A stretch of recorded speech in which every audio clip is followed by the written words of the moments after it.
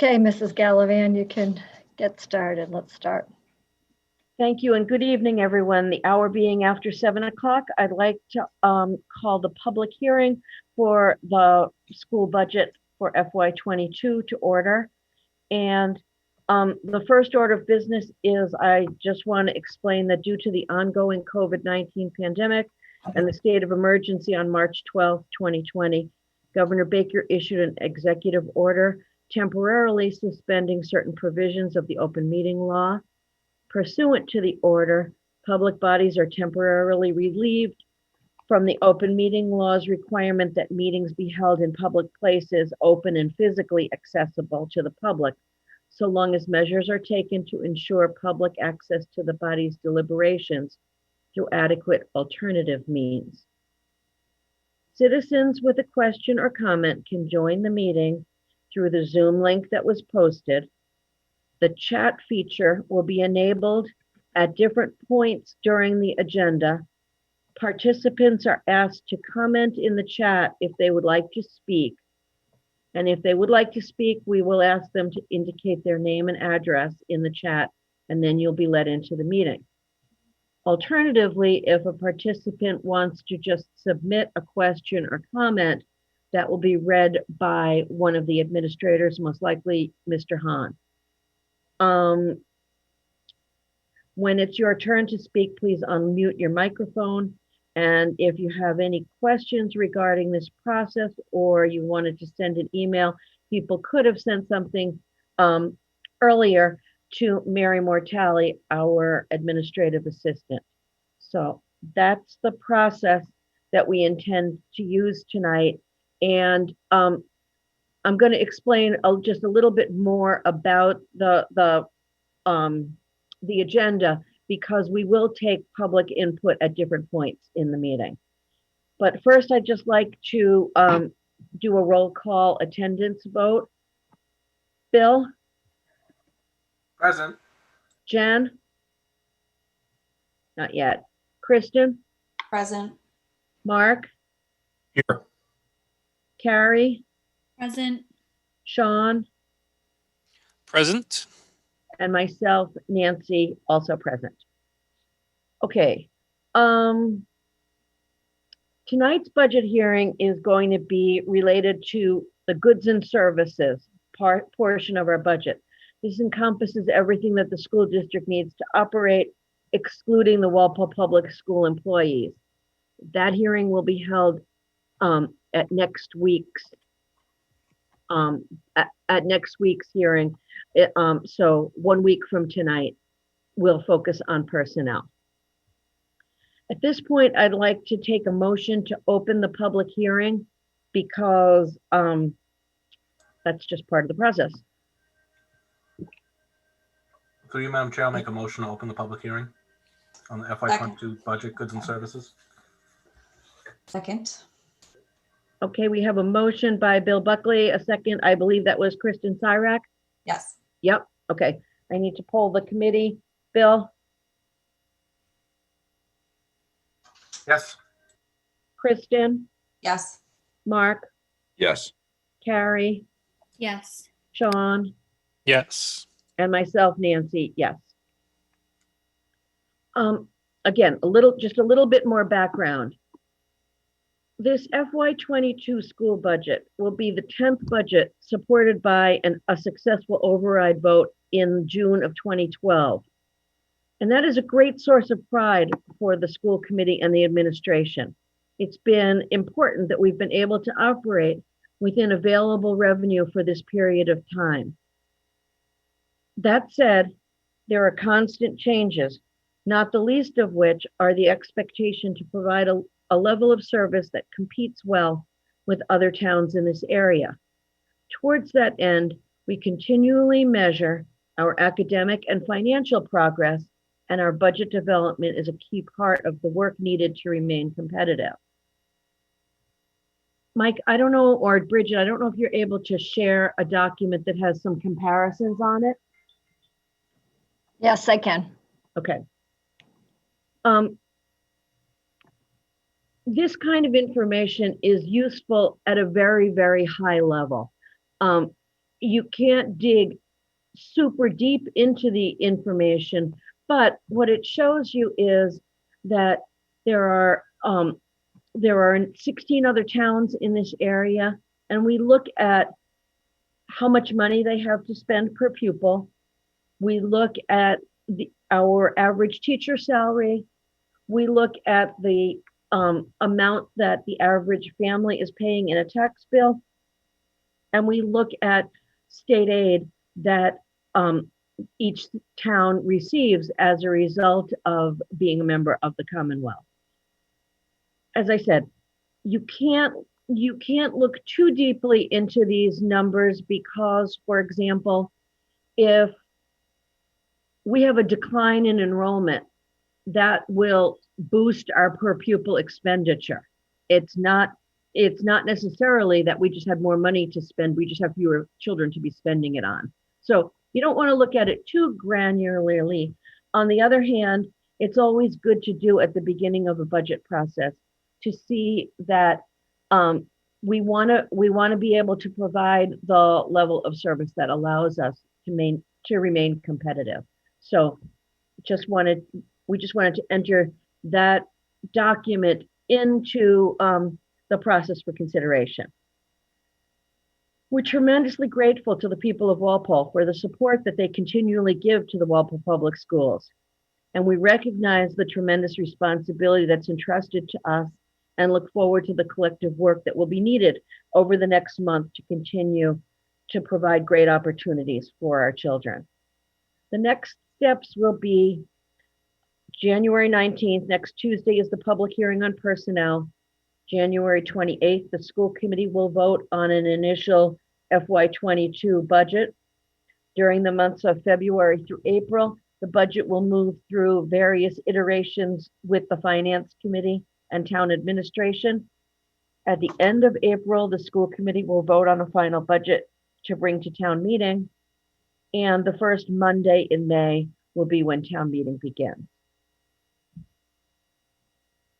This is a public hearing, and it is important for the public to realize that there's a chance for people to participate at various points. I'm about to start asking the administration to do the first set of presentations, but if there are any members of the public that want to make a comment or a question early on before you've heard the initial presentations, the chat box is available to you, and we'd be glad to answer any questions that came up already. I'm not seeing any at this point. So if that's the case, Dr. Goff, I'm going to ask you to begin with the first set of administrative presentations. And just since it's a public hearing, can you please introduce the speakers and what their roles are? Sure. Before I start, Mike Fisher, who's our school business administrator, do you want to say anything about budget and COVID before we get to the buildings? Sure. I just want to make a few points related to the overall budget message tonight, the goods and services. All the administrators were asked to level fund their budgets, and there are 3 exceptions that we will address tonight. The total request for goods and services budget this evening is $7,053,907. As expected, related to COVID-19, it has been very difficult budgeting this season, more challenging than in years past due to unforeseen circumstances that have stretched our budget beyond its limits. COVID relief funding from the federal government has allowed the school department to provide additional staffing needed to support hybrid learning and to accommodate the needs of full remote learners. COVID funding has also allowed the school department to implement countless safety protocols to protect both our students and staff. The school department has spent over $2 million in grant funding to cover unbudgeted expenses related to salaries and general expenses. The most recent school department estimates include a gap of $616,000 that was not covered by grant funding. We are closely monitoring the grant news from the federal government and working with the town administration to ensure that we have the resources that we need to close that gap. I just wanted to highlight those points before we began. Thank you. Thanks, Mike. Just before we begin, I just wanted to remind school committee that before the administrators and central office talks about their budgets, that this is a process that begins, well before this. We actually start in late October, early November, and that everybody gets their budgets. As Mike said, it's level funded. But after they build their budgets and discuss it with one another, they everybody meets with Mike and me, and we go through all line items, all justifications, talk about the budget, look at what adjustments need to be made, and then they're able to present their budget. So with that discussion, so there is a lot of time and effort that goes in November and December. And then we continue to talk and adjust as necessary. So I just wanted to preface that. So how we're going to start is the school building principals will present first. We'll talk about their budgets. Then we'll move into special education with Dr. John Quealy. And then we'll talk about the technology with Leo Brem and curriculum with Bill Hahn. And then Mike Fisher will wrap it up with buildings and grounds and transportation. And we'll take questions as Nancy had mentioned before we go. So why don't we start with the school building principals, and we'll start with, I'm looking at my boxes here. Walpole High School Principal Stephen Imbush. Hi, can you hear me? Yes. Yes. Good. Good evening, everybody. So the way that we work the budget at the high school is that I usually go to each of the department chairs and ask them, what is it they need for goods and services. And from year to year, it's pretty consistent. I mean, in your package, you can see going back 2 years, the amounts that the department chairs have asked for. Some years I do have to back them off a little bit if they're over and make some adjustments. But this year they were particularly good at level funding from last year. There are a couple of areas that I could maybe highlight for you, and certainly as you look down through your package, you can question any of the line items that are there in front of you. One that I guess, as I look at it and I need to make sense of it for you. Line 34 is a lot bigger than it was last year, but that is simply a move of the 15,000 for science supplies and materials that came from line 49 last year. So we had it in supplies and materials, and I felt it was better served in instructional equipment. So that is why that 15,000 is suddenly in line 34. And the other one that has jumped quite a bit would be line 69, which is tech instructional software. That is a direct result of the pandemic, to be honest with you, and our remote learning. That is a series of applications that the teachers are now using that they really weren't using as many of in the past. So that's quite a jump in computer applications that they wanted to use, and I was happy that we were able to get all of those in there for them. Other than that, the other lines are pretty consistent. I do like to increase or replace certain things every year. Computers this year, for example, in the art department, I'm replacing some of those. Some furniture every year. It seems like there's a little bit of furniture, teacher desks, teacher chairs, art furniture that's going to be replaced. So in the line 89, you'll see some of those items for replacement equipment. And the art department and the wood shop tend to have some of the more expensive machinery and equipment that sometimes needs to be replaced, although we have done a lot of the wood shop this year with the capital budget. So I was very happy to be able to replace a lot of the equipment in there and do some work in the wood shop. Are there any questions regarding the high school goods and service? I'll start with school committee members. Are there any school committee members that have questions?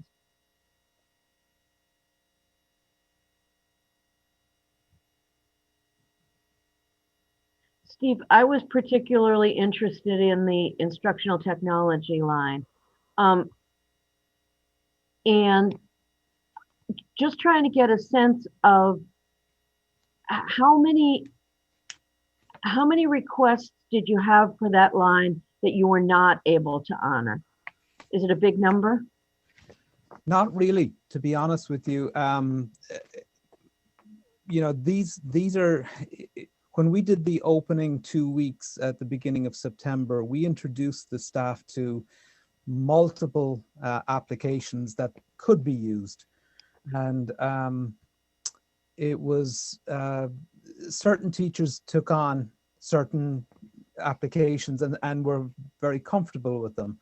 I do think there are a number of applications that could be useful, but I think it's going to take more professional development to sort of introduce teachers to them and get them used to them before they're comfortable enough to want to use them on a regular basis.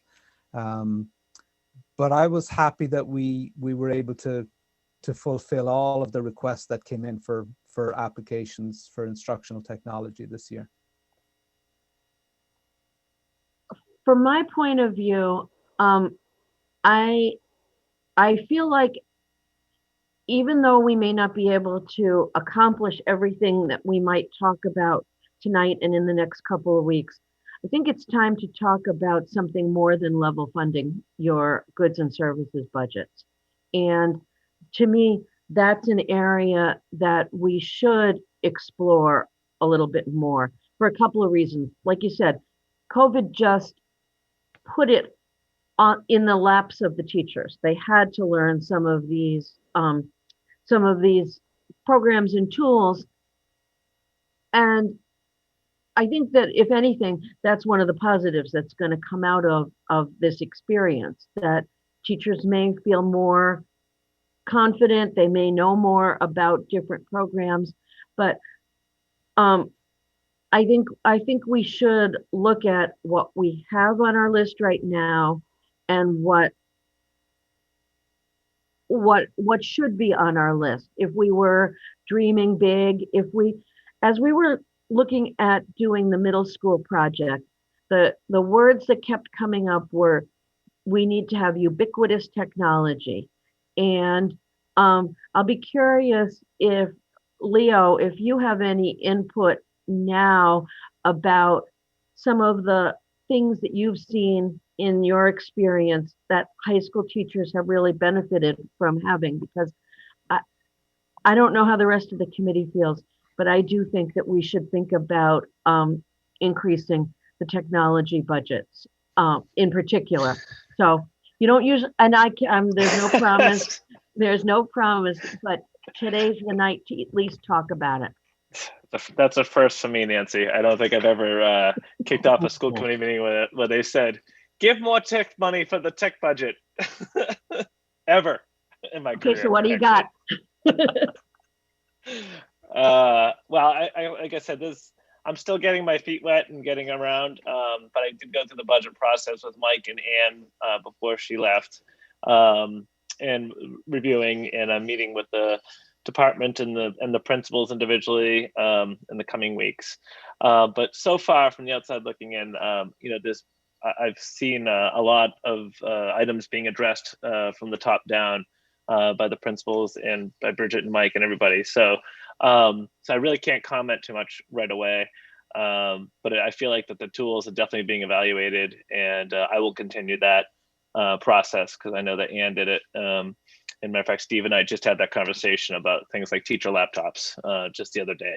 So, so I really don't have too much to recommend at this moment. But throw extra 100,000 in there anyway, just in case. Well, I would like to hear back from you. And I'm going to say this to all the principals, because obviously it's different at each level. But I think that it's important to take this time to take a look at those budgets. And it doesn't need to be tonight, but I think that we should be taking a look at it and not putting any dollar amount to it right at the moment. But let us know what you come up with when you talk a little bit further. Sean, did you have a question, or was that Bill? Go ahead, Bill.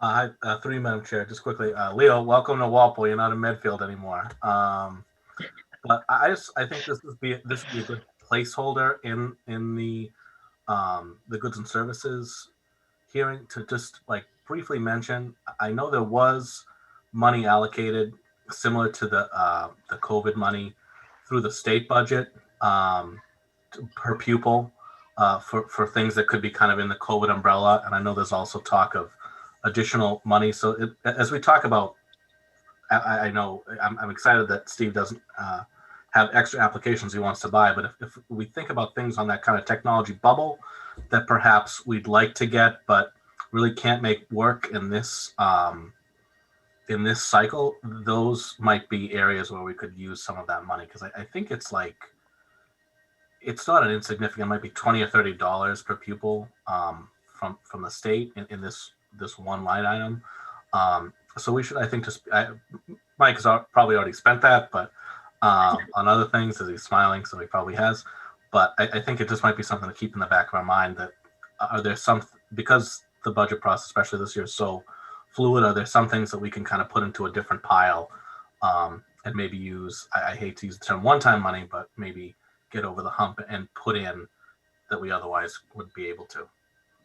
One comment I could make is that one of the themes that we're having is, what are the practices that came out of COVID around technology that we want to continue forward when we go back to normal, right? And what are the practices that are we're seeing having a large impact on learning and access to learning, which is what technology is really good at for learning, for in schools, is to stretch out that time period beyond the school day, because we only get them for 6.5 hours. We want to give them access to learn more.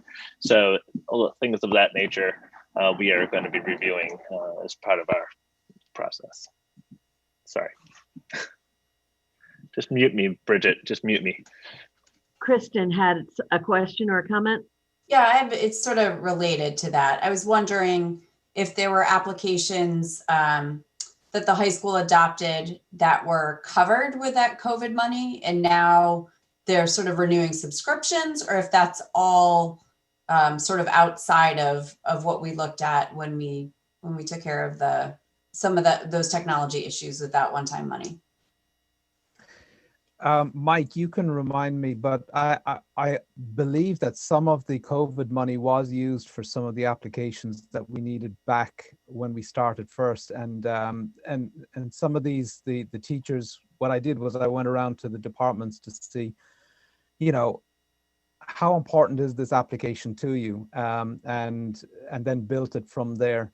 So we're really trying to now replace some of that, as you say, which is the natural process. COVID just sped it up a little bit, I think. I think this was going to happen anyway, but forcing the teachers, this whole pandemic forcing the teachers into the online learning has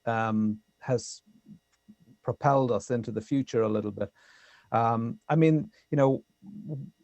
also when Nancy asked me, are there things that we could use, there may have been one or two teachers who would like certain applications, but the cost is prohibitive when it's only one or two. That's why my comment about PD is important. I need to continue to train the teachers and show them and have them see what benefits some of these new applications might be.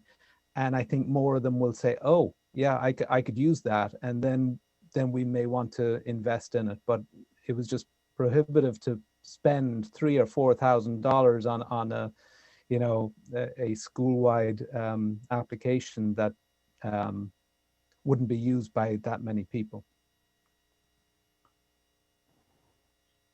I think it still would be helpful to have it be on the list, Steve, as something that you know, maybe we fund the professional development for the first year, and we see, you know, what comes of that. But I think those are the things that, in my mind, would be helpful to capture. Yeah, and I did, you know, I added into the professional development line an extra kind of little bit of money that I know I'm going to need, that people they're not asking for it now at this point, but I know I'm going to need it as we move into that realm of trying to get people, you know, to use more of these applications. So I'm prepared to provide that PD for them once the time comes round. That sounds great. Mark? Mark, you're muted. Leo, Mark, in school committee, welcome aboard. And piggybacking off of what Leo and Steve said, or at least inferring a thing or two, I think the issue here is, what do the staff think they need and what are they communicating through their principals? Not what does the school committee think they need and what are we communicating through the principals? You know what I mean? I'll just say that.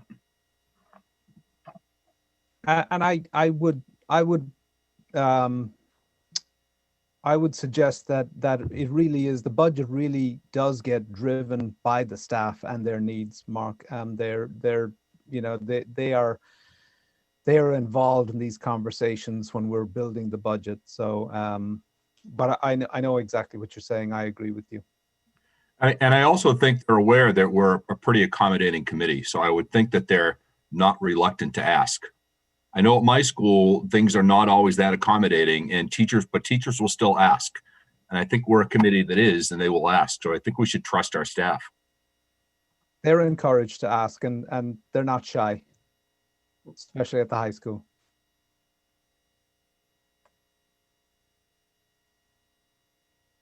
Are there any further questions or comments for Steve? And I don't see anything in the chat, so we can move on.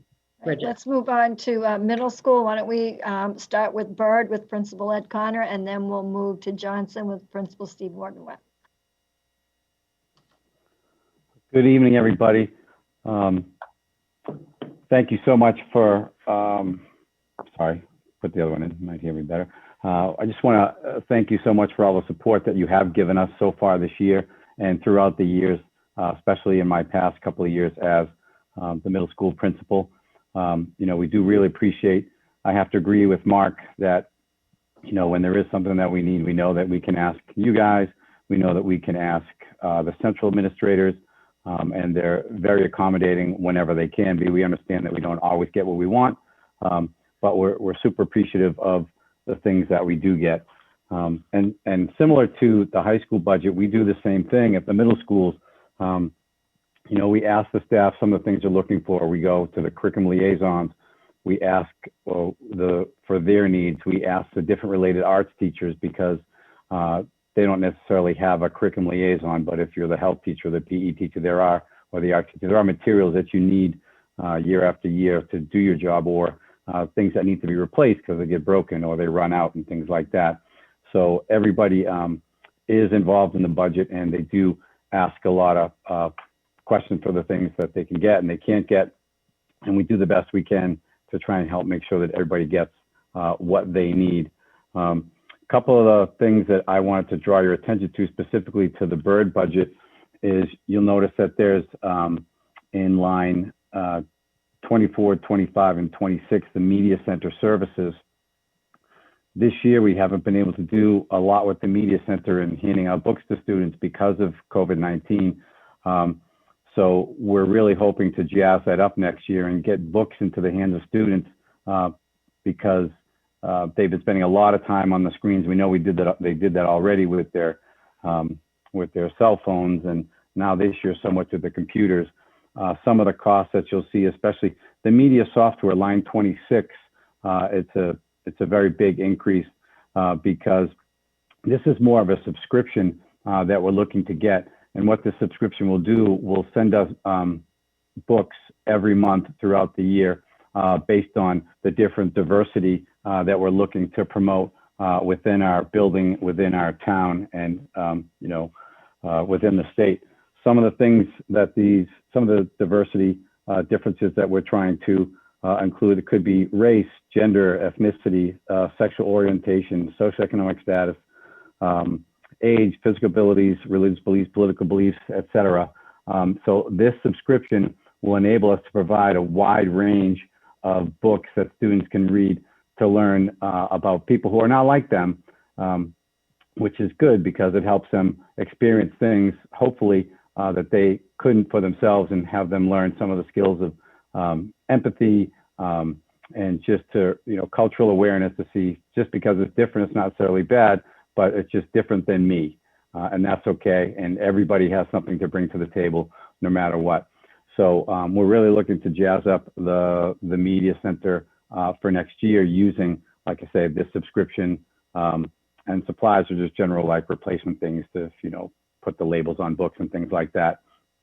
So that's probably the biggest increase, except for like the high school subscriptions really went up a lot this year in terms of online programs that the teachers were using. We had 1 page of subscriptions last year and probably filled half the page. Now we're up to 2 pages with 13, 14 different subscriptions that people have been using, 13 online, to help with the kids, help teach the students in all the subjects. It's not, from ELA to math to music to science, special education, a lot of different ways to assess students and teach them using these programs.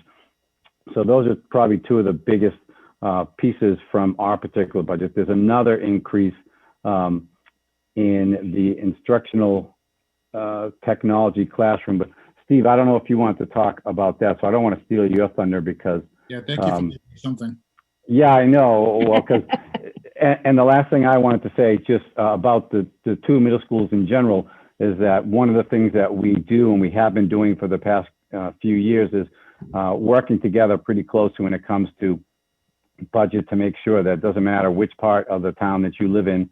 If you go to one of the middle schools, you get a pretty equitable education in terms of funding and expectations for students. So I'm going to stop there because Steve's going to explain a little more about the increase on both of our budgets in terms of the instructional technology classroom. Does that mean I'm on? You're on. All right, very good. Good evening, everybody. We're pleased at Johnson as well to be able to present a level funded budget.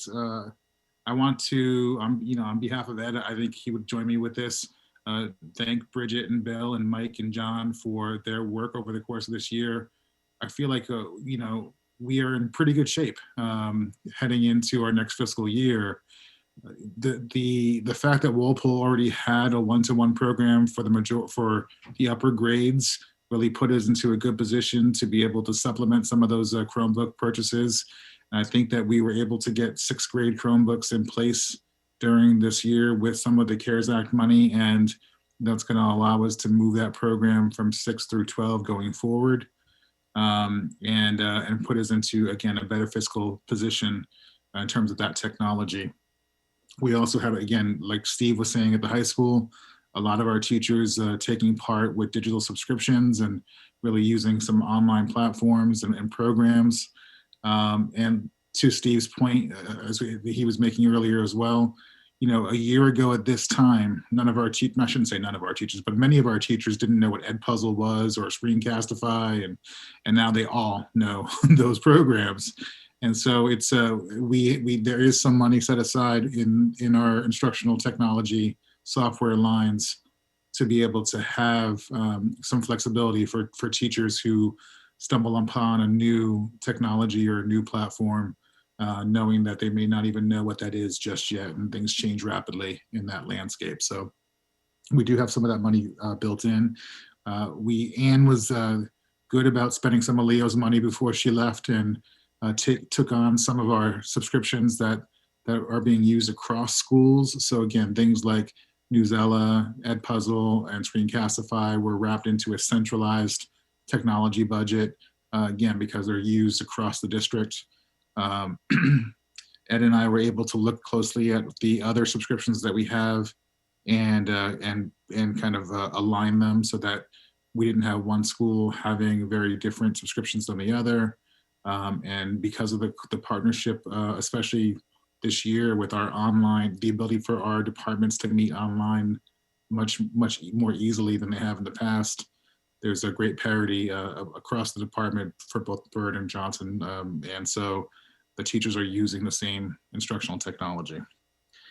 So that being said, there are two lines that I just wanted to point out. One that Ed was alluding to before, which is larger, but let me give you the smaller one first.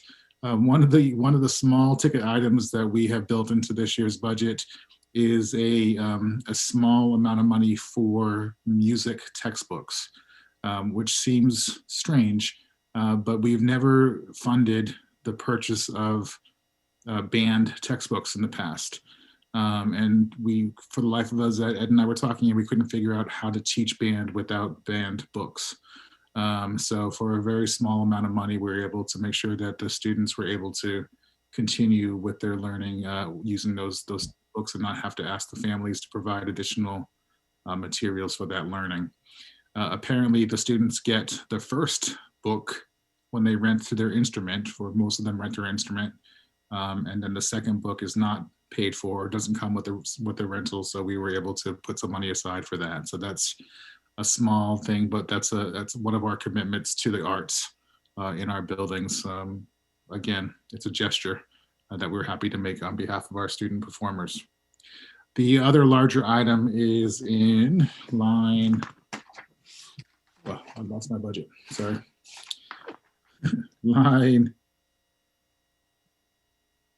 Line 65 of our budget. Our technology teachers have been working with robotics kits that are now close to a decade old, and in the world of technology, a decade old kit is antiquated. And so the teachers came to us initially to talk about the possibility of kind of piecemealing kits together, buying 4 this year, 4 next year, some more the year after. And we sat down and had a conversation with Mike Frisha, and we were able to talk about if Ed and I could find some of the money, that Mike would be able to find the remaining money to simply outfit our both technology teachers at both middle schools with brand new kits going forward. So that would help us bridge the gap and get us into the 21st century and moving hopefully with those kits into a new, beautiful, brand new middle school. We'll see. So those are kind of the bigger items that we have. The rest of it is pretty in line with what it was the previous year. So I don't know if there are any questions about anything specific.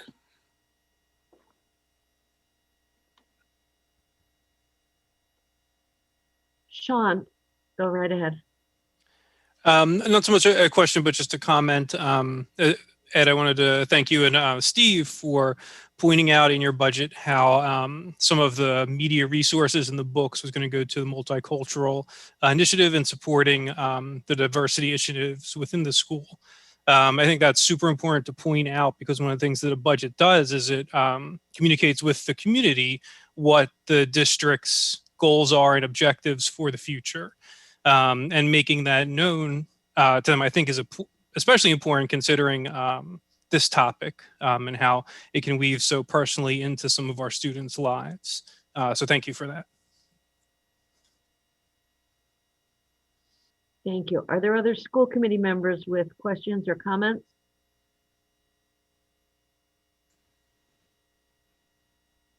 I would just ask the same question that I asked Steve, but maybe in a more general way. If you were able to add a little bit to your goods and services budget, what were some of the things that almost made the list that didn't? You know, we were talking about this earlier today. It's kind of a strange time for the middle schools in that we're looking forward with hope towards a new building, and so there are a lot of things that we would consider, but we also know that they would come with a middle school project or consolidated middle school. So, you know, things like Steve was mentioning, furniture for the classrooms and things like that, or technology for the teachers. All of those things are items that get wrapped into a project. And so other than some cosmetic grounds work, things like I know Ed was talking about painting of the playground area outside of Bird, my front walkway, things like that. I think for the most part, we've had a very stable year in terms of budget, and are looking forward to being able to wrap a lot of those bigger ticket items into the school project if possible. Yeah, so our long-term Christmas list, I guess, would be, like Steve said, the consolidated middle school in a place of the town's choice. That would be our number one goal. Nicely put, Steve. I mean, Ed, sorry. Harry, go ahead. Steve, I'm really glad you said that, because I think it's really important for the community to understand that the district is being really thoughtful in the budget cycles leading up to, you know, the potential construction of a new building, and that we aren't spending money that is just going to be spent again on a different site.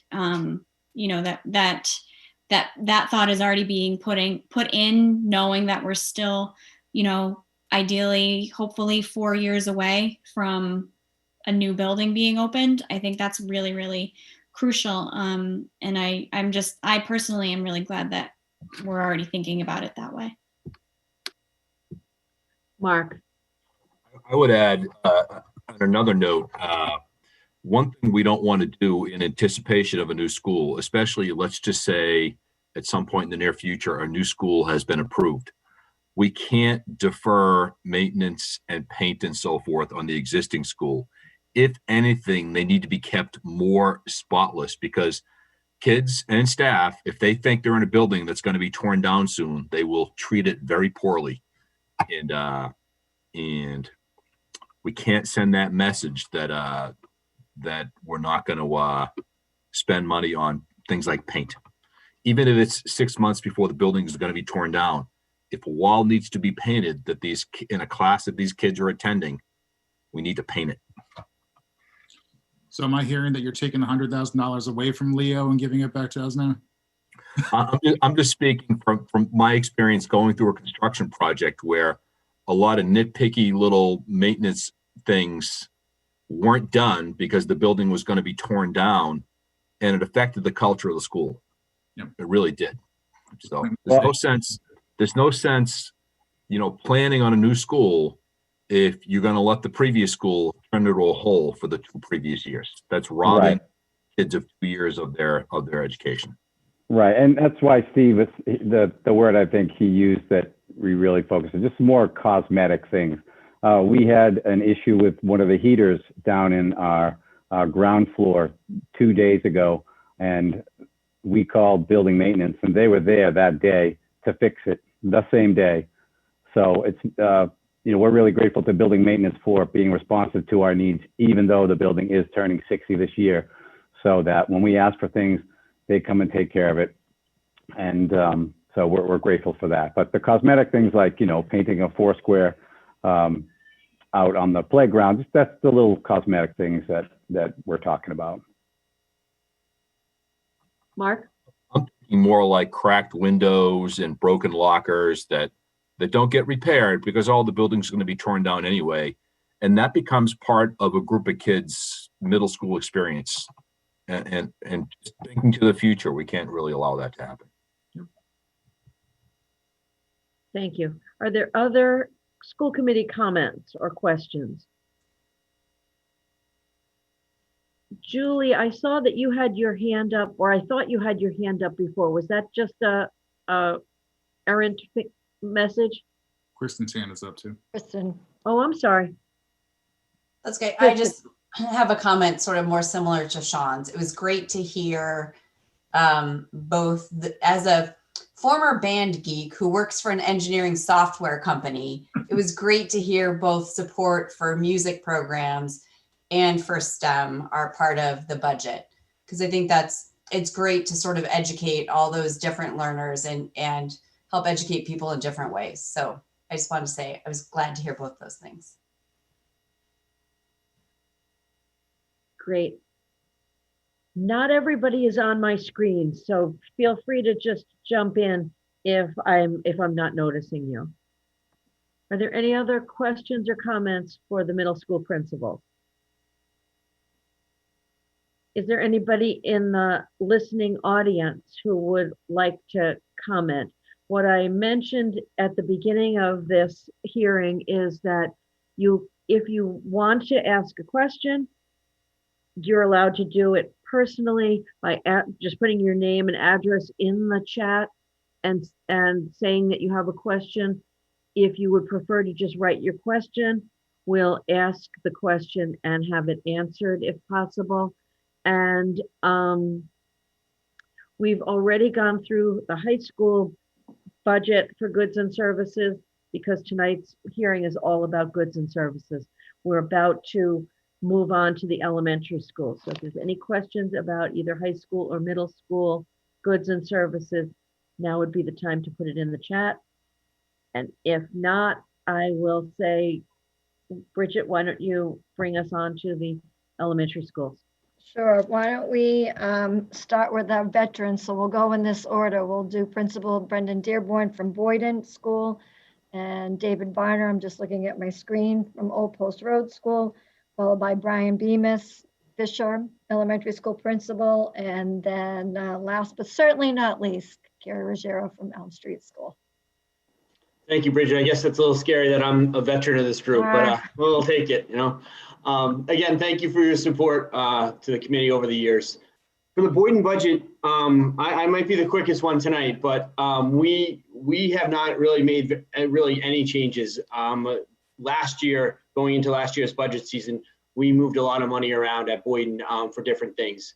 This year, we've kind of kept it the same. Some of the things that we have changed are kind of our justifications on why, where the money's going within those line items. There's a much bigger emphasis this year on books in our library, books in our book rooms that we've recreated this year as we move into Lucy Calkins reading and writing program. Many of those resources are getting away from some of the workbooks that we were using before in our Scott Forsman program. It's the same in our math. We've moved away from kind of our visions program. Our math coach has been working diligently on our math curriculum, and we're matching resources to go with those lessons in the scope and sequence. Other than that, the Boyden budget is pretty much the same that it has been last year. So I don't know if anyone has any specific questions about the budget, or at the end we can talk generally about elementary. Unless anybody has something specific about Boyden, I would say let's go to the elementaries as a whole, and then you can ask an individual principal, of course. Sure. Okay. Principal Barner, Old Post Road. Great. Good evening, and I'd like to echo what everyone has said, thanking you for your support. We're in a great place and very fortunate. I think Mr. Dearborn just stole my thunder because we work so closely together in developing our budgets. The OPR budget looks very similar to all of the other elementary budgets. In developing it, I ask for input from the staff and take that into consideration and try to include every request and then have it reviewed by the school council, who did review this budget and endorse it. I thought the adjustments were warranted. And as Mr. Dearborn said, the line item allocations stay pretty consistent with the past years, and the justifications change a little bit, especially under the instructional equipment for math and ELA. I won't go into the same reasoning, but it is to buy more books, put more books in students' hands, and really make value of the professional development that we've had in reading and writing. and transition into the scope and sequence that we now have that really is aligned with the standards and is really proving to be very successful and meaningful. Other than that, there are a few adjustments in the new equipment, where we were so fortunate to be able to have so much new equipment through COVID purchases that now we're looking into other things that we haven't been able to in the past, such as cafeteria tables and a snow blower, things that are just needed for the school. But bottom line is it is level funded, and justifications have just been tweaked a little bit to meet the needs this year. Thank you. All right, thank you, David. Brian Bemis Fisher. Thank you, Bridget. Good evening, everybody. And similar to what has been said, I appreciate all the assistance and support from the school committee, but also central office, Mark Halfrey, Patty Conway at Fisher has been a great help to me as I transitioned to Walpole last year, and got familiar with the not only the Fisher budget, but the Walpole budget process. And the Fisher budget is also staying level funded, and we reflect many of the same adjustments and changes that Mr. Dearborn and Mr. Barner have mentioned. And I appreciated this year's budget process because I did get to kind of get into it more this year and work with the elementary principals and change some of those justifications to reflect what is important at the elementary levels. And it is nice to see that we're trying to maybe tighten our belts in some different areas and streamline some of those budget lines to get more books into the hands of our kids. So we've seen the reaction from our students from not only the books that we as a school were able to purchase, but we see the books coming in from the Langley Foundation and the Multicultural Book Initiative, and the excitement of our students to see these new titles and new authors and diverse titles and diverse topics. And they've led to some engaged and excited readers. I would say many engaged and excited readers, and also resulting in very meaningful and sometimes powerful and exciting classroom discussions. So it's nice to see that we keep pushing the books, and the kids are really excited about it, and the teachers are as well. So I think that, and just a couple of quick upticks in some spending is in the areas of science and social studies, which I think that's an area that we might continue to increase as we go to further engage our students in those subject areas, and include more of that STEM, more of that hands-on activities for our students. So I would look to that in the future to keep bolstering those areas, science and social studies. But as has already been said, it's a level funded budget, and thank everybody on this call for their support. And I'd be happy to answer questions, but it sounds like we're going to wait till the end. All right, thank you, Brian. Gary. Thank you. Elm Street School, Carrie Ruggiero. Good evening, everyone. And again, yes, thank you for the support from school committee as well as central administration to really support our students and to continue to move them forward. So I did want to just mention that there was a misprint in the Elm budget, and I spoke with Mike Frisha. We caught it tonight when I was reviewing my notes before this meeting. So we will give you those pages so that you have them updated in your budget books tomorrow. So I apologize for that glitch. The other three principals did a fantastic job summarizing a lot of the key changes at the elementary level. A few of the pieces that I wanted to point out at Elm, not to completely reiterate what they're saying, but budget line 30 for math, you'll see that on the updated justification page that I have, envisions is completely outdated and will be no longer used at Elm. So all of those workbooks and mats will be removed from the budget and will be replaced with tools, resources, and manipulatives, including supplies, to be a much more student-centered approach to engage our students for conceptual understanding and problem solving, so that they can really explore. So that will be the biggest change you'll see on line item 30, which we're really excited about with working with Carolyn Kelly and the new enhanced scope and sequence. Another change is line item 31 for ELA. One of the biggest things that we've heard talked about tonight is our books, and our students are devouring books. We are thrilled with their excitement and the incentive programs that we're using, which include Battle of the Books this year, which we're thrilled to continue. But with Lucy Calkins, units of reading and writing to support us to meet the standards, we are building our classroom libraries and book room with themes of resilience and perseverance and kindness and equity, and we want to continue that momentum.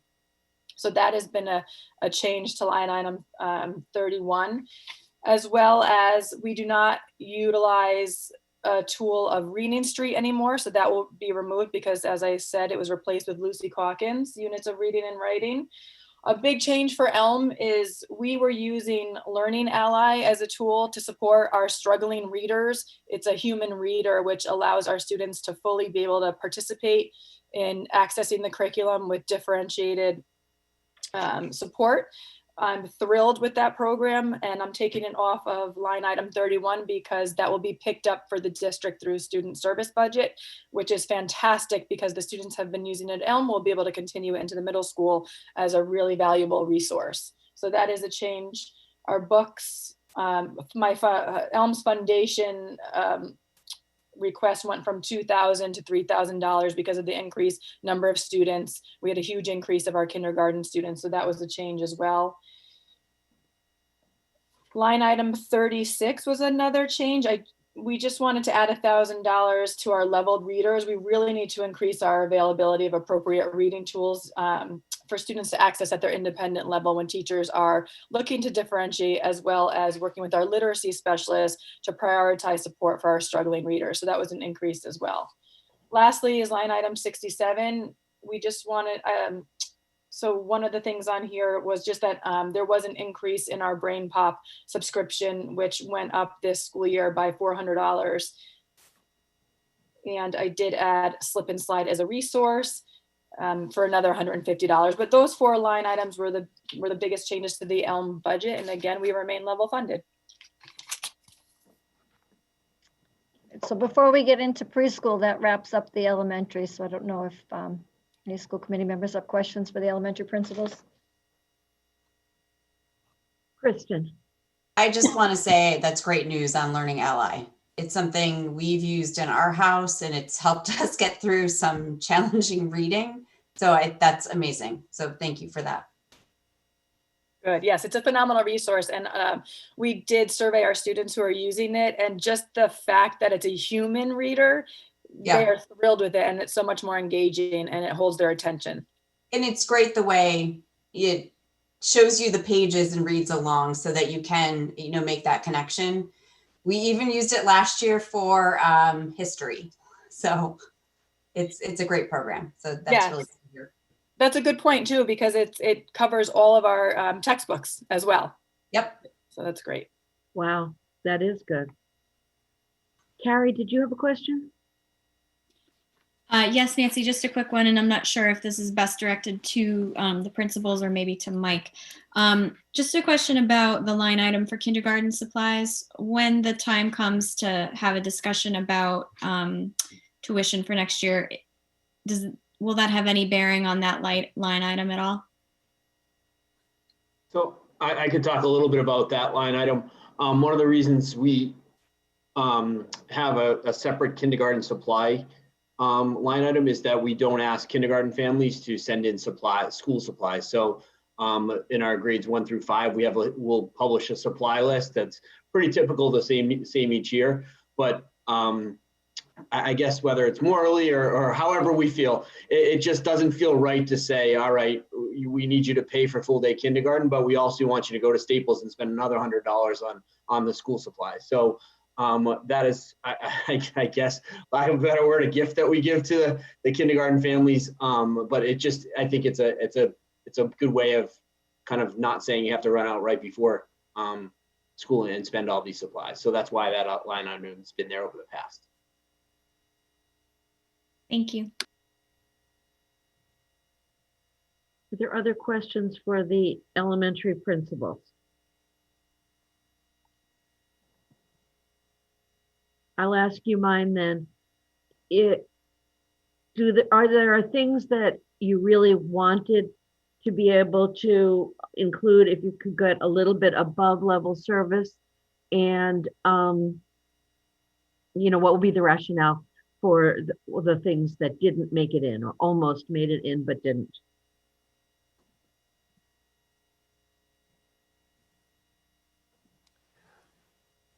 I could start off with that. I'm sure the others will want to add on, but we all emphasize the importance of putting books into students' hands and how we've committed to the implementation of the Lucy Calkins writing and reading programs. And last year we were able to fund a large purchase of books at all of the elementary schools for our kindergarten and first grade classes, but we had to stop there.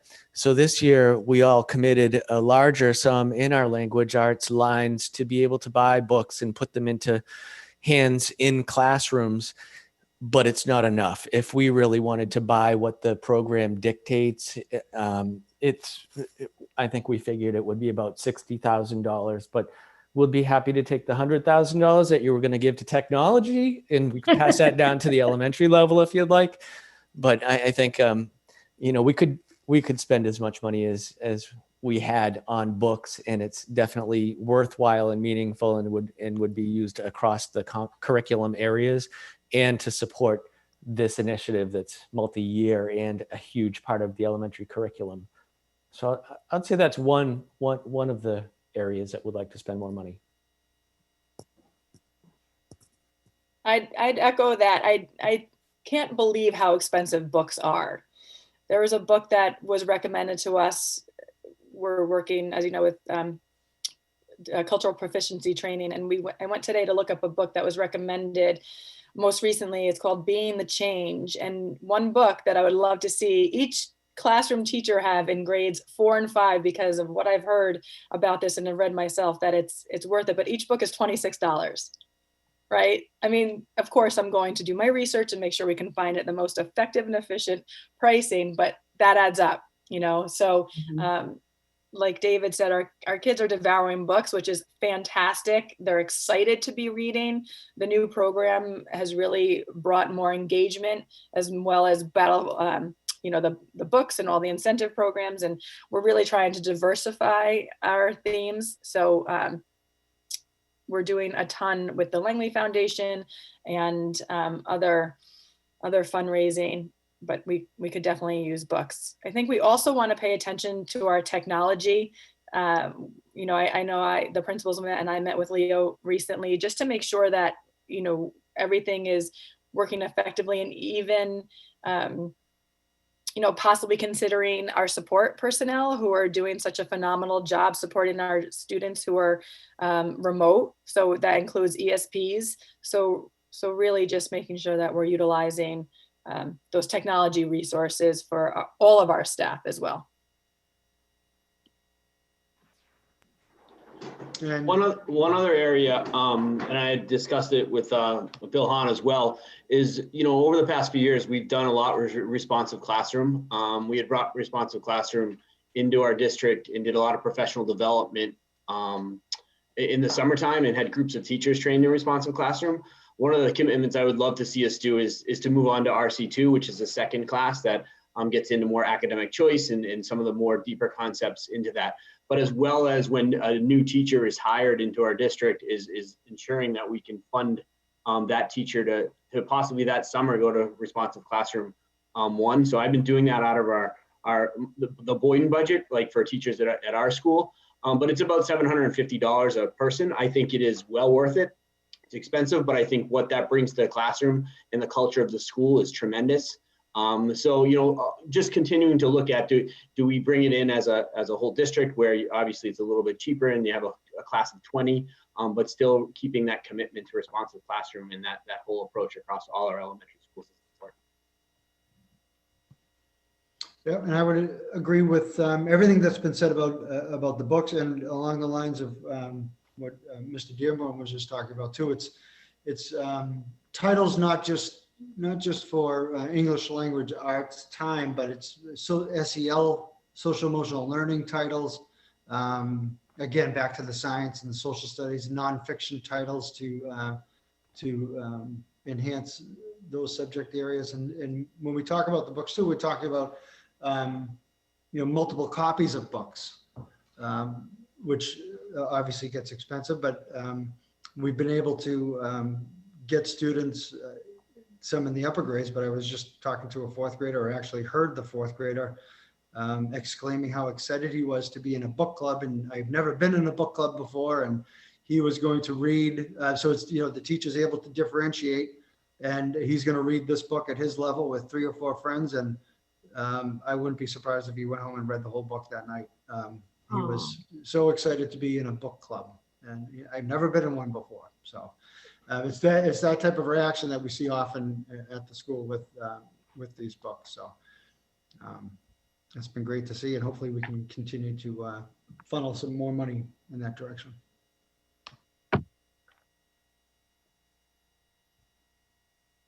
That's really exciting to hear, especially given the sort of unusual circumstances of this year.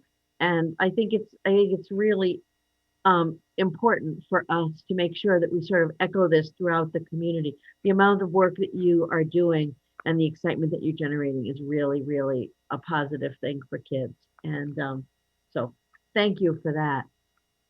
Are there any other school committee members who want to comment or question anything about elementary level? I'm noticing that we still have one participant in our group of attendees, so feel free to comment or question. We're glad you're here. We have Julie Martin from Daniel Feeney Preschool. Hi, everybody. Thank you. And thank you again, as my colleagues have echoed, for all of your support at the preschool. So I'm pleased to present our budget, which will be level funded and pretty, as you will see, similar to Brendan, it's very consistent from last year. And that's because I feel our budget really works for us. At the preschool, we have a lot of materials that is needed, a lot of crayons, a lot of those types of materials, for like hands-on materials for the kids. So it's important that we have that budget in. That we do have some technology that this past year we used to buy some Osmos. When we were closed last March, the teachers were able to get some subscriptions to some online applications such as boom cards that were helpful, that were great for all the students, but particularly with our special education students that were really able to be for that differentiated instruction for those kids. And we found that very helpful, and all the teachers are using that now. So we want to continue to use that. Our last year we had $1,000 allocated for furniture, which we used for the playground, which this year we're going to probably use more towards, updating like our dramatic play areas, kitchen. One of my teachers needs an oven that's, big enough to put a little pretend, cupcake tray in. So things like that. But, overall, again, I checked with our entire staff, including our speech, OT, PT, making sure that they need what they need, they have what they need to work with, all of our students and serving our students with, special education needs. And, we have quite a bit allocated for professional development, which I think we'll continue to use, especially with technology, more so coming up, because I think, as we look for silver linings in the midst of all that, I think the technology was one. And I think I've probably have mentioned this to the group before, that, we don't use technology heavily at the preschool, and fortunately we've been able to be full-time in person. But it's great to see some of the technology that teachers have been using every day, whether it's for morning meeting, using Google Slides or Boom cards, and just pulling the things that they had to do remotely from March to June into their everyday practice now. So we want to keep those pieces because it's engaging for the kids, and it's just enough for them while still having it very much play based. But technology is a great tool for differentiation for all the kids at all different levels. So but that's all we have. And again, going back to books, last year we had a grant that we were able to purchase quite a number of books, and the purchases that we made last year through that grant really reflected diverse families and backgrounds and cultures, to really put a mirror up and a window up to the families that we have and the children that we have here at the preschool. So the teachers have been implementing those during our different theme-based units. So that's all I have. If anyone has any questions, but thank you. And again, thank you for your support. Thanks, Julie, and thanks for your patience listening to your colleagues. Are there questions for Julie?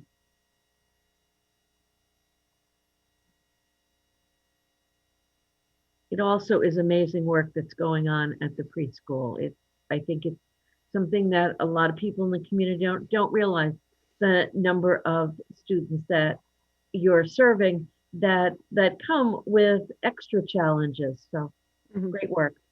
Yeah, everyone's doing a tremendous job. We're very fortunate to be able to be here, and thankful for central leadership support and your support. And I have to just say that our community, our Feeney community, and our families have been tremendously supportive. So we're very fortunate in that regard as well. That's great. Anybody have any questions? Carrie? Yeah, just a comment, really.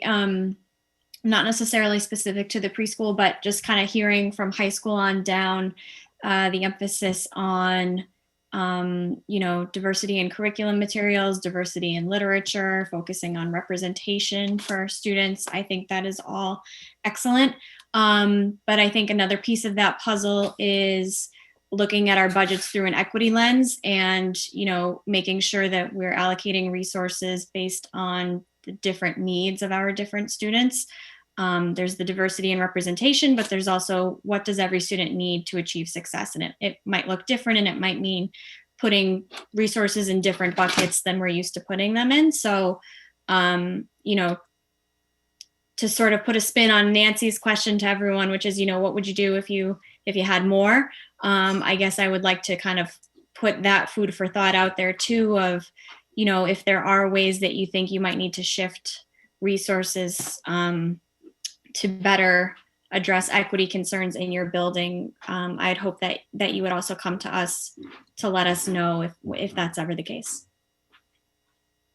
If I can just comment on that, Carrie, in thinking about that, I guess if there were one thing, and again, kind of pulling into that silver lining and the professional development, and our teachers have really, taken a lot of risks, as far as using technology at preschool, because we are different from other levels. But things like like having an interactive like smart board or something, so the kids can, our teachers are tremendous, like creating the visuals with the board maker strips and using the Velcro, but having something like that the kids can go up and touch the screen and move the things over, like things like that it's an enhancement to the curriculum. I mean, everything like those types of things to keep in mind, like you said, for all the kids who learn in all different ways, at this young age, where they can really go up and be a part of those experiences, like in the morning or during their circle time and things like that.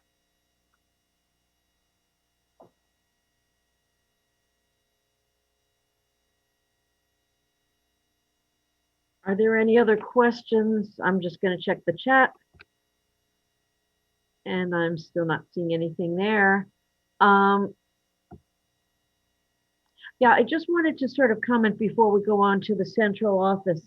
that for people who might choose to listen to this either tonight or at a point in the future, you know, it amazed me when I first got on school committee to realize the level of detail that we need to go into in this budget and how there really is very, very, very little excess. Like I'm looking at one of the middle school budgets right now. They have $1,500 for a year's worth of office supplies. They have $1,725 for curriculum support to replace novels in grades 6 through 8. They have, as Mr. Morganwick mentioned, $600 for music lesson books. It's sort of eye-opening to realize that yes, it all adds up to a very big number, but their requests are very thoughtfully done, and they're definitely not excessive amounts that people are asking for. So we appreciate the fact that you put so much time and thought into this. Dr. Goff? Yes, we can move on to Dr. John Quealy for special education. Okay. Thank you, Dr. Goff. Thank you for the opportunity to talk with you tonight, and thank you for your support of our students in the district with various needs. So I wanted to echo that after my colleagues. So for the special ed budget, overall, I have a number of lines that have remained level. But conversely, I do have several lines that have increases or decreases that are notable. So I can take you through each of those, and then I can give you sort of the end product after that. So I'm going to take you to line 10, first of all, medical and therapeutic services. And this is a line that normally wouldn't change year to year, and I don't think I've ever changed it year to year. But I call your attention to it tonight because it's up by $2,500. And the reason why I tell you that is through most of the first half of the year, myself and the team chairs have been talking about how to address compensatory services for kids on IEPs during the course of this year. As you may know, DESE has given us guidance where we've been asked to have conversations with each of our families of students with IEPs to talk about what the impact, particularly the spring, brought to our students with needs. And were there any services missed while we sort of gained our footing and getting remote services up and running in the spring? So we've been having those conversations with families throughout the course of the fall and here into the winter. And so what we've been doing with this budget is looking forward towards summer to plan on delivering the compensatory services that we've been talking about with parents. And so this line reflects compensatory services specifically in the occupational therapy area. So it is a small increase, relatively speaking, but I did want to call your attention to it to shed light on the compensatory service that we're going to be looking at over the summer. I'm going to call attention to line 11, which I know is odd because it is a 0% change and really only decreased by $1,000. But for the same reason, and that is within that line, that's where we pay a lot of our external vendors. But what we've done going into this year is repurpose a set of money in that line for compensatory services again over the summer.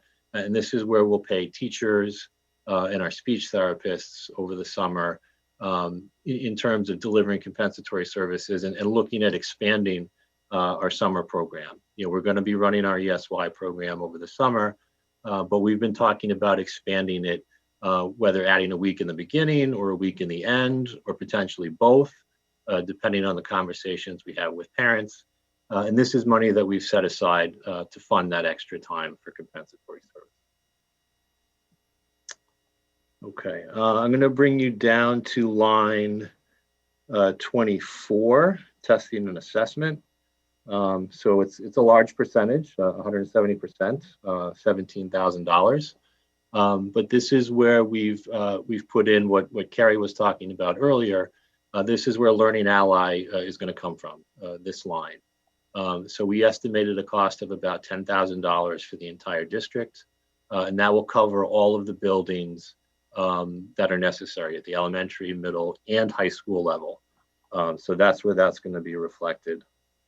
There is an additional $7,000 that I've added into that line, and that's specifically because of a new academic achievement instrument that's going to be coming out in the fall that we will need to purchase. That's a major part of most of our standardized testing. So it is really a requirement. We need to purchase a kit for each of our buildings. So that's going to be about $7,000. So between the two, that's the $17,000 increase in that line. Line 29, transportation for special ed in town. I call your attention to that because it's up by 23%. The rationale for that is, as you know, we have a number of programs within the district, and increase in transportation in that area reflects more students utilizing those programs. So instead of moving out of district, I think we have more students utilizing our in-district programs, which reflects an increase in the transportation, but not necessarily in our out-of-district line. And then finally, the big one, which is line item 42, tuitions to private schools. You'll note a large decrease, 20% and over $390,000. And what this is, we had several students between now and the end of the year, or now through next budget, who will be turning 22 and who are attending residential programs. So as you probably know, residential program comes with significant cost to the significant needs of that child. And when you have several in the same age cohort and they all come off at roughly the same time, there's a major impact. And that's what's going to happen this year. So that creates a significant decrease in that line by over $395,000. So between that decrease and then the increases in the other areas that I talked about, special education is actually down by 7%. But again, largely due to those specific high cost, high need situations that are going to be moving, away from the district in terms of students turning 22. So that's in a nutshell the special ed budget, but I can certainly take questions. Bill, go right ahead. Thank you, Madam Chair. Just quickly, thank you, Dr. Quilly, for your presentation. I think we discussed the turning 22 matter last year, and kind of at a high level without sort of speaking about individual persons. I think it's important to always stress that your phone could ring tomorrow and a student with incredibly high needs could roll in. And so as we think about this, I guess I wonder, is there a better way to plan, and maybe just to plant the seed, is there a better way to plan for that amount of money that your budget is down? Do we say, I know my colleague Jen Gayotis has worked on like a rainy day fund at town meeting for special ed. Should we think about possibly allocating more than a 7% drop, given the fact that it's not going to be like this every year, obviously, and it fluctuates so much? Yeah, I mean, I think historically, and what I've done thus far is we plan what we know. But you're exactly right. Something could happen without warning. We could have a family move in, and then there would be responsibility that comes with that. How we want to budget philosophically going forward, I think I would probably include Dr. Goff and Mr. Frisha on that conversation. And we could certainly, if we're looking for a different way to do it, we can certainly talk about that. Thank you. I think it's worth bringing up and maybe thinking about how we do that, especially when this is a quote unquote good year as far as out of district costs are concerned. I think the other thing to keep in mind, and I forgot to mention, This is all based on that 70% circuit breaker projection that we were looking at. And so we've applied the offset based on a 70% circuit breaker. If that, I think as we mentioned at our last meeting, if that's lower, if that's 69 or 68, then things change a bit. And conversely, if it's 71, 72, it changes to the positive. So, Thank you. Are there other questions or comments for Dr. Quealy? I would just add, related to what Bill was just saying, is we would need to take a multi-year look, because this current year is an extraordinarily high year in special ed. So, you would want to take a multi-year look at the picture before you kind of made generalizations. But the special education budget is our most vulnerable budget, because as you pointed out, it could change tomorrow based on certain needs. And it's tricky to be holding on to money when it's needed elsewhere. So, it's good for further conversation, but I think a multi-year approach would have to be taken. I think the other thing to keep in mind is that this is just the goods and services. We are required by law to spend at least as much each year. And so that doesn't necessarily mean it's all spent in goods and services. And so I think this is a piece of the special ed budget. But, I think along with that, we do need to justify to DESE, if we do have large decreases like this. But I think what we're looking at this year certainly qualifies for that. It's an unusual year in terms of district responsibility being alleviated. So.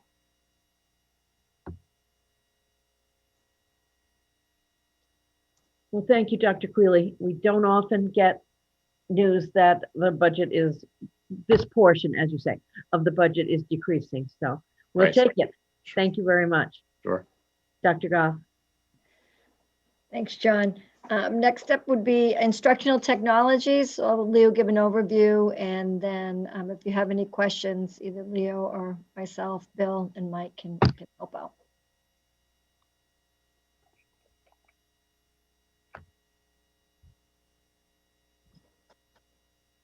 Yeah, actually, I'm going to lean a little bit on Mike on this as well, because I do have a copy, but I'm not sure if it was the final copy.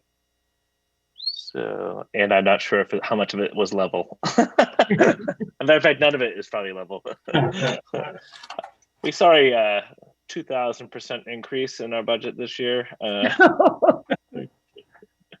give or take. So let me just. And I apologize in advance for how butchered this might be. Thank you, Leo. We're happy to have you. Interim. So. No, all good. Obviously we have our standard expenses in, say, a budget line item 2, which run the district. They make the trains run on time. A student information system is kind of our ERP for any school district that does our scheduling, stores our grades, state reporting, and so on and so forth. And then from that stems out other systems that help to support the district. But that is obviously the core piece that is used. As far as changes that would have stood out from the past budgets. Hold on, I'm just doing a quick scan.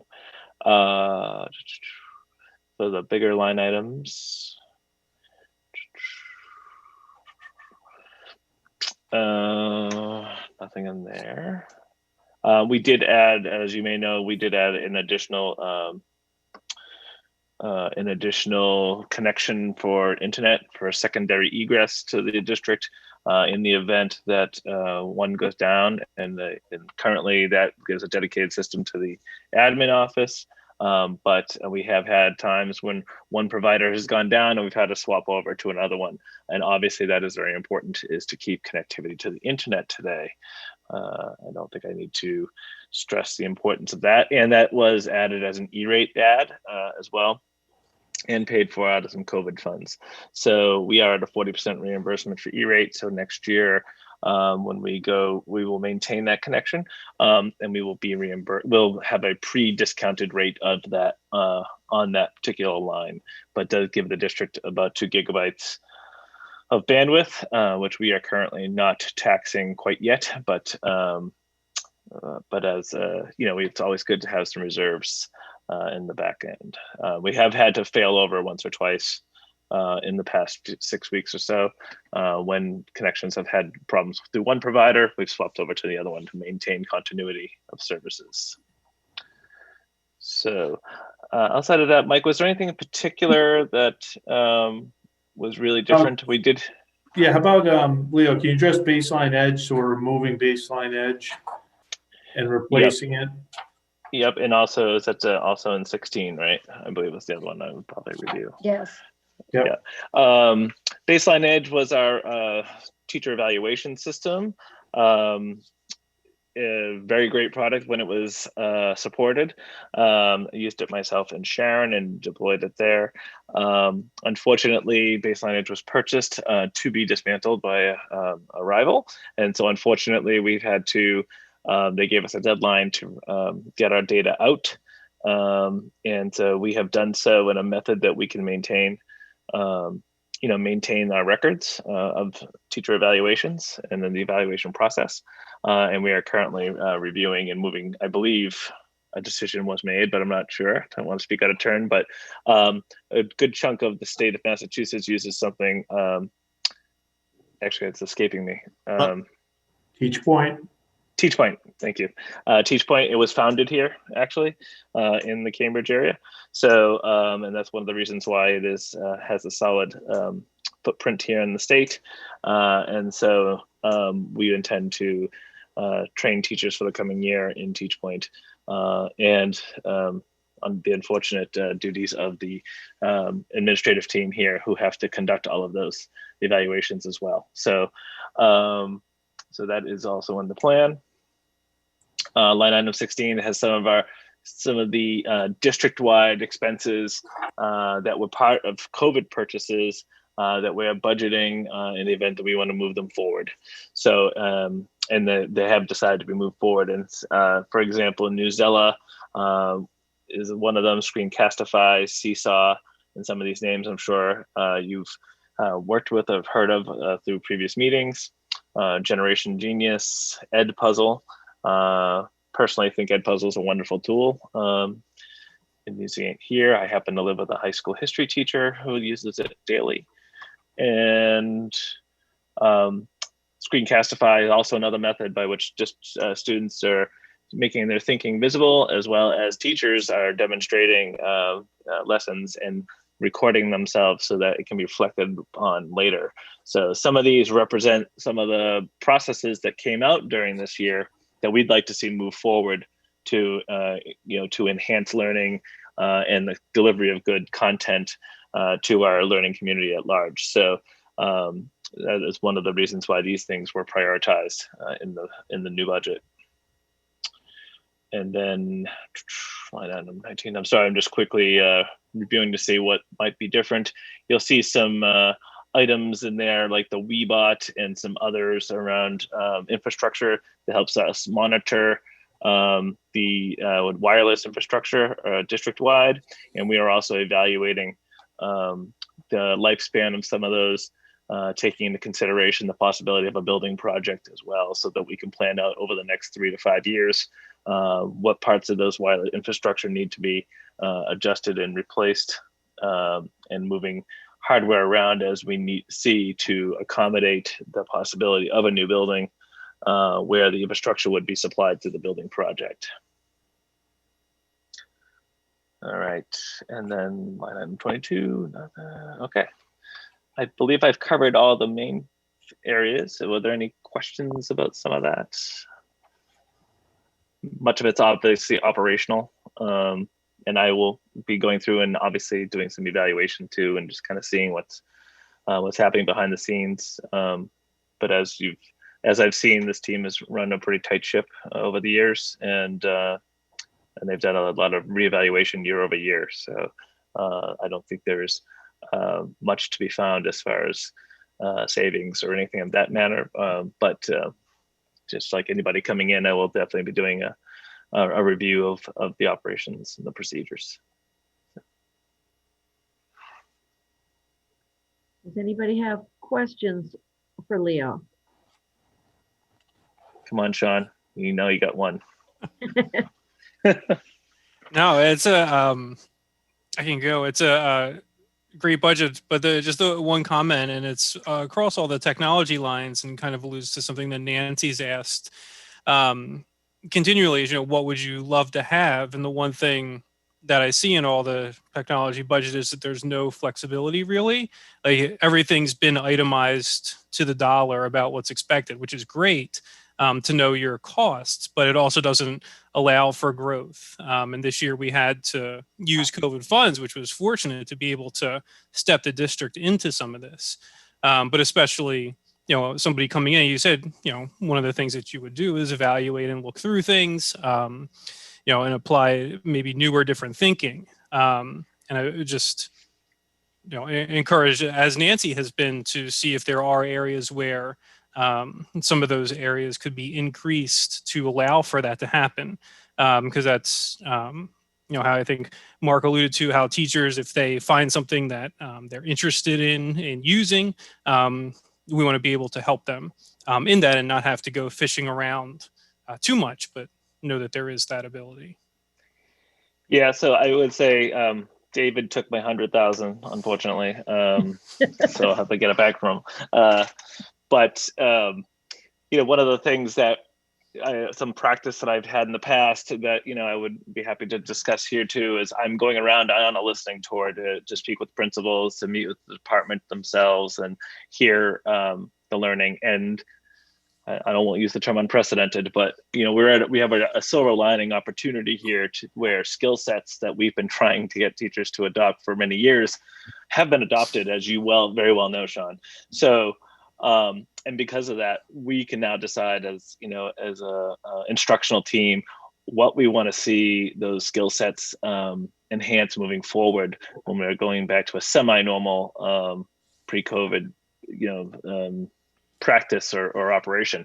And some of the key factors, the things like communication of content and curriculum to the community, so that parents can support learning at home. We've established really good communication with parents now because they've had to be able to unpack the content and use it with their students, which is was very difficult in the past, right? So there's something that the technology would help facilitate, that we may want to prioritize some PD and some tools around. And then there's that R&D piece that I think you're talking about too, right? One thing I've heard from the 4 principals I've met with so far is they all want to support teachers when they have a great idea, because teachers are craftsmen and they are innovative. And when they get a great idea, it's really discouraging for them when they come to you and you say, I can't do it, or no. So, having some of that R&D type money available, you're right, is very helpful to have. And this has been the best school committee meeting I've been in at least 24 months, I have to say. So, but we in Newton, I had a formalized process around it. I had an R&D process where we incubated ideas, and we used the design thinking process to do it with teachers across the city. So, and the idea of taking a really good idea that one teacher has in one school, and then how do we grow it out across to other schools as well in this multi-year process. And so it's really powerful to empower teachers in that manner. So I really do appreciate that, John.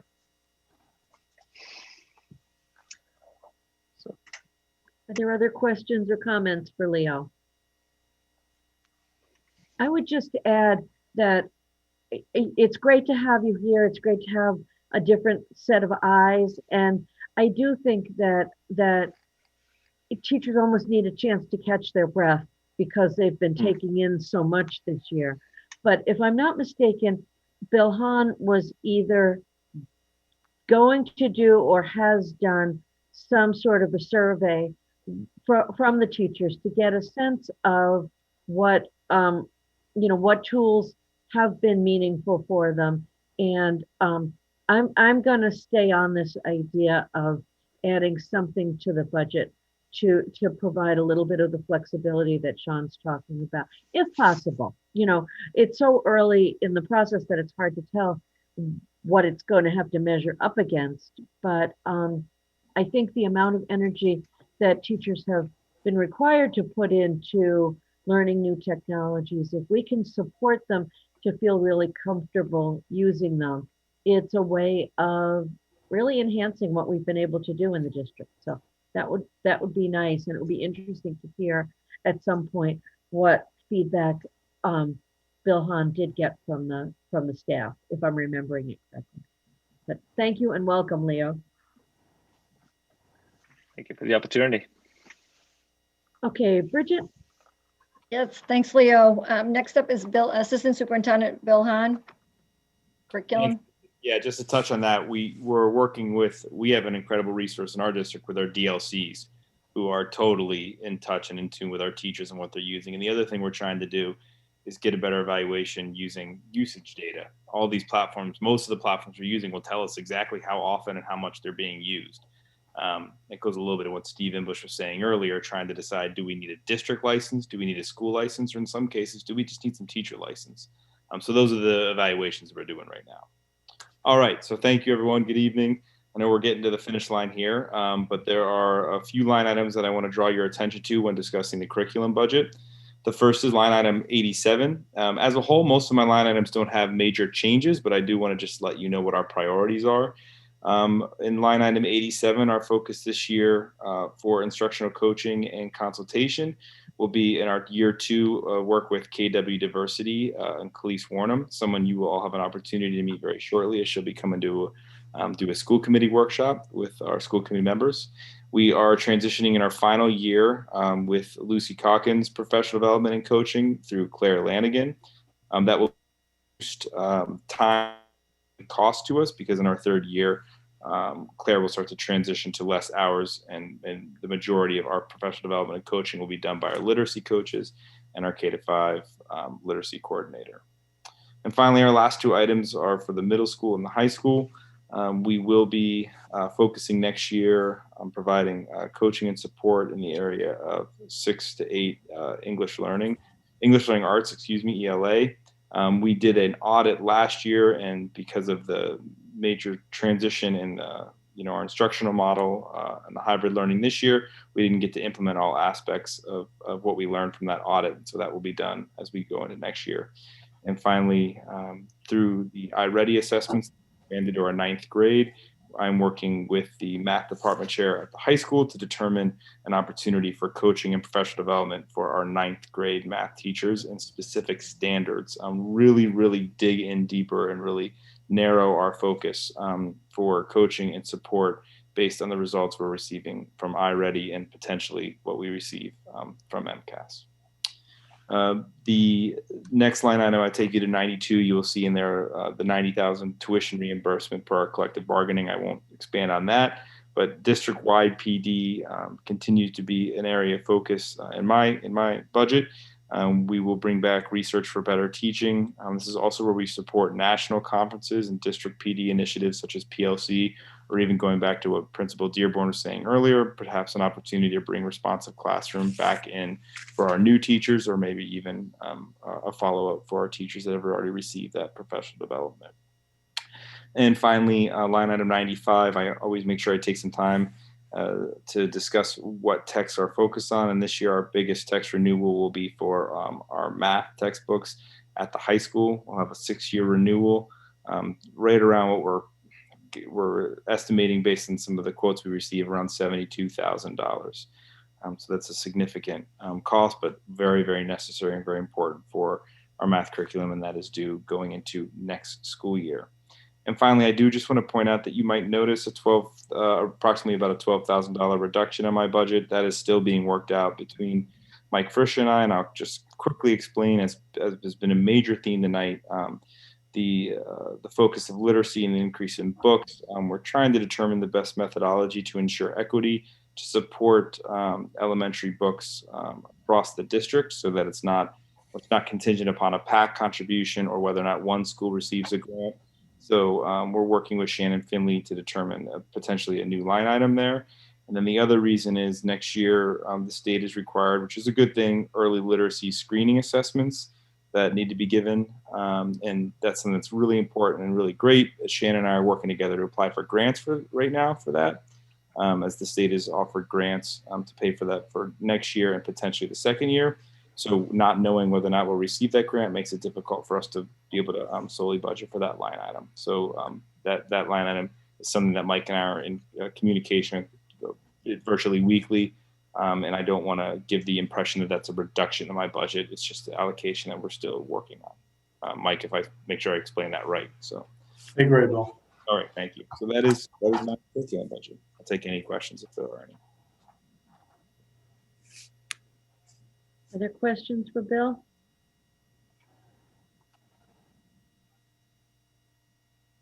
Bill, probably not surprisingly, I have a question about the math textbooks at the high school.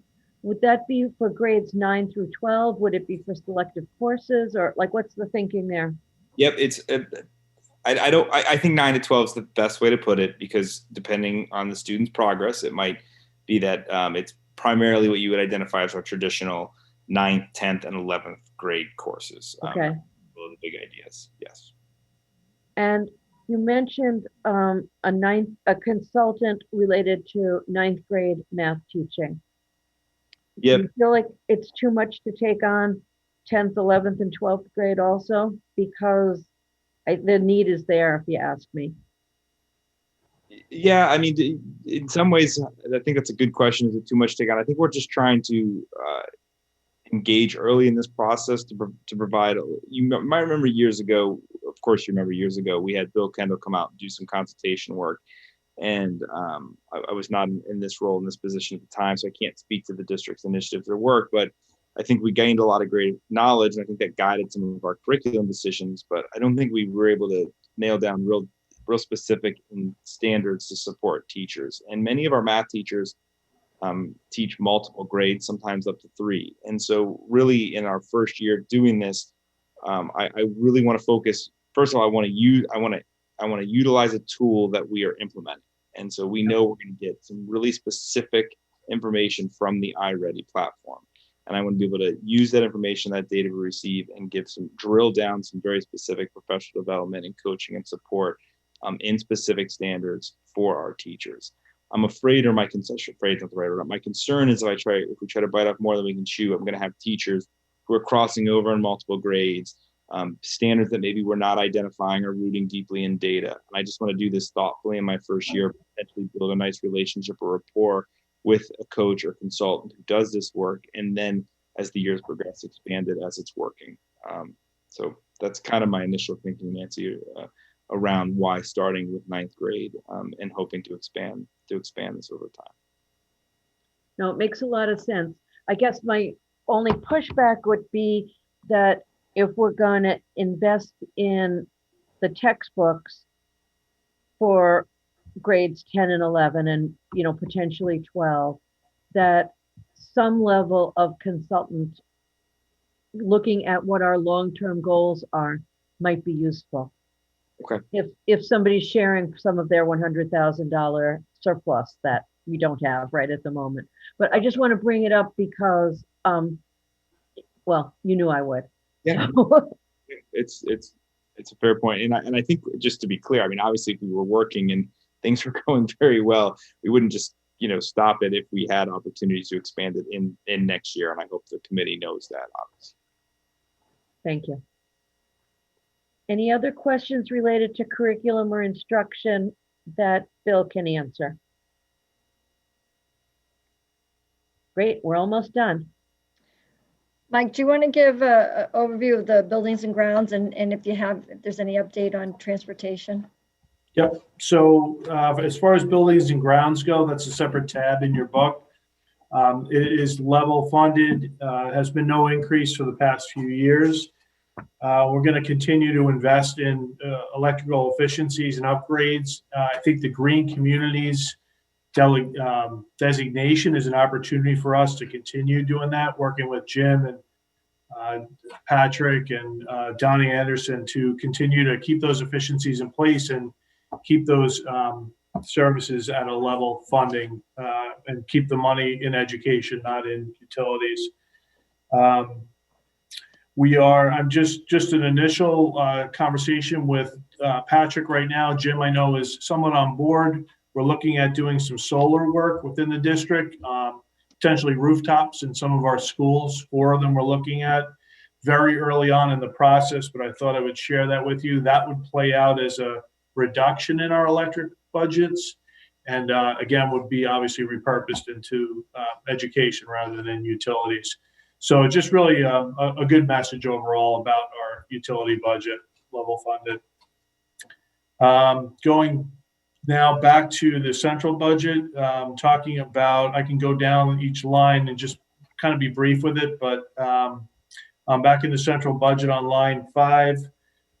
We have an increase of $5,500. That is for our ClearGov, which is our transparency center. So I think most of you are aware that we have a button on our website. If you click on that transparency center, it gives you a whole array of financial information that's pretty informative for the community to, compare, like Nancy did tonight, with comparing ourselves to other districts, and some really valuable information out there.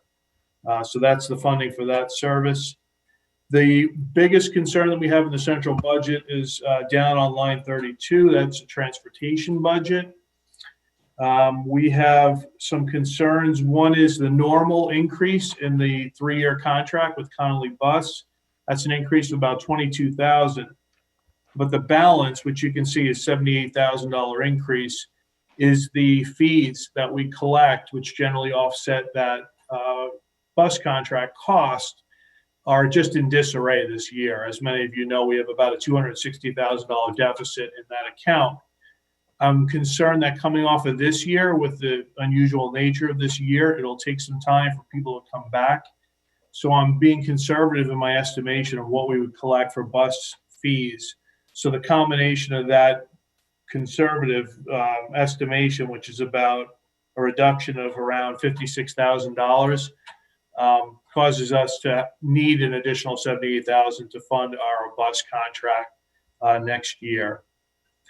And down below that, line 33, is our homeless transportation. On a positive note, our homeless transportation costs over the past few years have not been as high as we thought they would. So I'm dropping that budget by $10,000, which will help to offset that additional bus cost. Transportation for athletics on line 34 is level funded. I will work with Ron to make sure that we are able to fund that without an additional expense to the budget. Looking for anything else that's substantial. Going on to line 50, our tech membership. The tech fee membership dropped by $3,000. So we reduced that budget, again, putting money towards that bus deficit. Equipment leases, we bought one of our copiers, therefore we don't have to pay the lease on it anymore. That's about $4,896, and that's on line 64. And then on line 76 and 77, there are a couple of insurance items. One went up for school board liability. That's a normal increase for insurance that goes up every year. And on our vehicles, actually the cost went down based on the fleet of vehicles that we have currently. So we saved a little bit of money there. And that is pretty much the sum total of the central budget. If I were to get the $100,000, I would invest it for 1 year at 10% return and make $110,000, and then I would go to each elementary school and hand them each a $2,500 check for the Lucy Calkins books. That would be what I would do with the $100,000. Anyway, happy to answer any questions you have. You're a kind man, Mike Frisha. And you do want to maintain your status as favorite administrator, so we get it. Yeah. We get it. I have a quick question, Mike. I was wondering about electricity, just considering how much we're using the internet right now. I know that we are in this green communities situation where we're trying to maintain and, well, we're trying to improve our and limit our electricity use. But for this year, have we like blown the electricity budget out of the water, or are we okay on that? I think we have some additional costs of air purifiers running and additional things that are in the schools, but we're also at half capacity with kids. So the use of devices in the school has been less. It seems to be within the normal range of budgeting for electric this year. So yeah, knock on wood, I'm hopeful that it won't be blowing our budget up. Great. Any other questions for Mike? Kristen. I have a question about transportation with athletics and parents driving kids to games. Did that save anything or allow you to move it into the other transportation where there is a deficit? And to your point about, not knowing people's comfort level coming back on buses, next year, would that also impact perhaps athletics and, parents continuing to drive their kids and not relying on that transportation that we've had to games in the past? It's a great question. I don't know how to answer a few of those points. That I don't know what it's going to look like when we are back in school in September, what the ridership will look like. And that goes for athletics as well as normal yellow bus transportation. The savings that we gain, and you are correct, that parents driving student athletes to games has saved a tremendous amount of money this year in the transportation budget for athletics. That budget resides within the central budget. So if there is a remaining balance in there, we will utilize that to help offset the traditional yellow bus contract costs. So it all kind of balances out. Revolving account versus operating budget, so Ron versus our operating budget, I try to keep those in distinct areas. But when it comes to transportation, yes, we can use it to offset our overall transportation costs. Thank you. Bill, it looked like you had a question too. Mike, I know it's within like the very early exploratory stages, but if you did kind of move forward with any sort of photovoltaic array on top of parking lots, like that would be like a Q3 at least thing. So we it's really more like an FY23 project. Would that be? So you're not really baking that into your savings projection, or are you? No, I'm not yet. You're right on the timing. It would probably be rooftop. There is a pretty significant premium on the parking lot ones. As disappointed as I was to hear that, I still want to move forward any way possible with the solar. So looking at rooftops, they're going to come out and do some initial analysis on the schools. But I wouldn't be comfortable reducing our budget yet. If they did get it on the roof and those net credits started to pay off next year, it would just be savings in our budget that we could repurpose however we want. Right. I know the steel is also a huge factor given tariffs and the like for canopy. I know you really want a canopy somewhere so you can put the vans under it, but I just want to again applaud your efforts. I think that's something, it's a good kind of exercise you're having, looking at all of our capital rooftops and seeing what we can do with them. It was rewarding to see our superintendent out there helping shovel snow with our town administrator and half the DPW. So I guess having that political influence helps. So, yeah.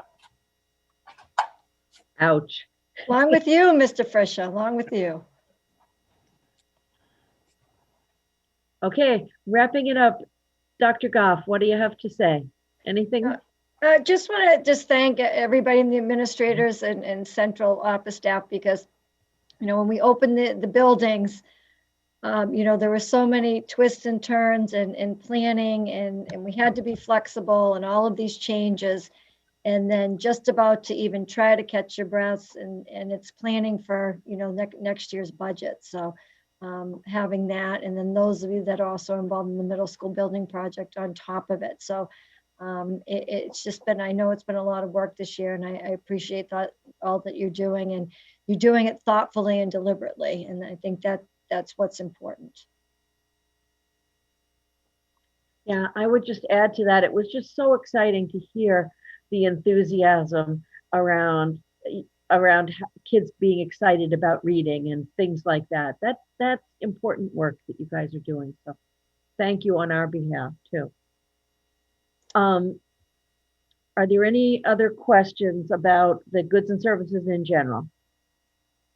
Any questions in the chat? I don't think so. Nope. Okay. Then I'll take a motion to close the public hearing, please. I'd like to make a motion to close the public hearing. Second. Okay, quick roll call. Bill? Yes. Jen? Hold on. You're there. You're Yes. there. I'm counting that as a yes. Kristen? Yes. Mark? Yes. Carrie? Yes. Sean? Yes. And Nancy, yes. And now we just need a motion to adjourn. Motion to adjourn. Second. We have a motion by Mark Breen, a second by Bill Buckley. Bill? Yes. Jen? Yes. Kristen? Yes. Mark? Yes. Carrie? Yes. Sean? Yes. And myself, Nancy, yes. Thank you, everybody. Thank you for all the work that led up to this. And we will see our listening public on Thursday night at the school committee meeting, and all the rest of you at next week's public budget hearing for personnel. Thank you very much. Good night, everybody.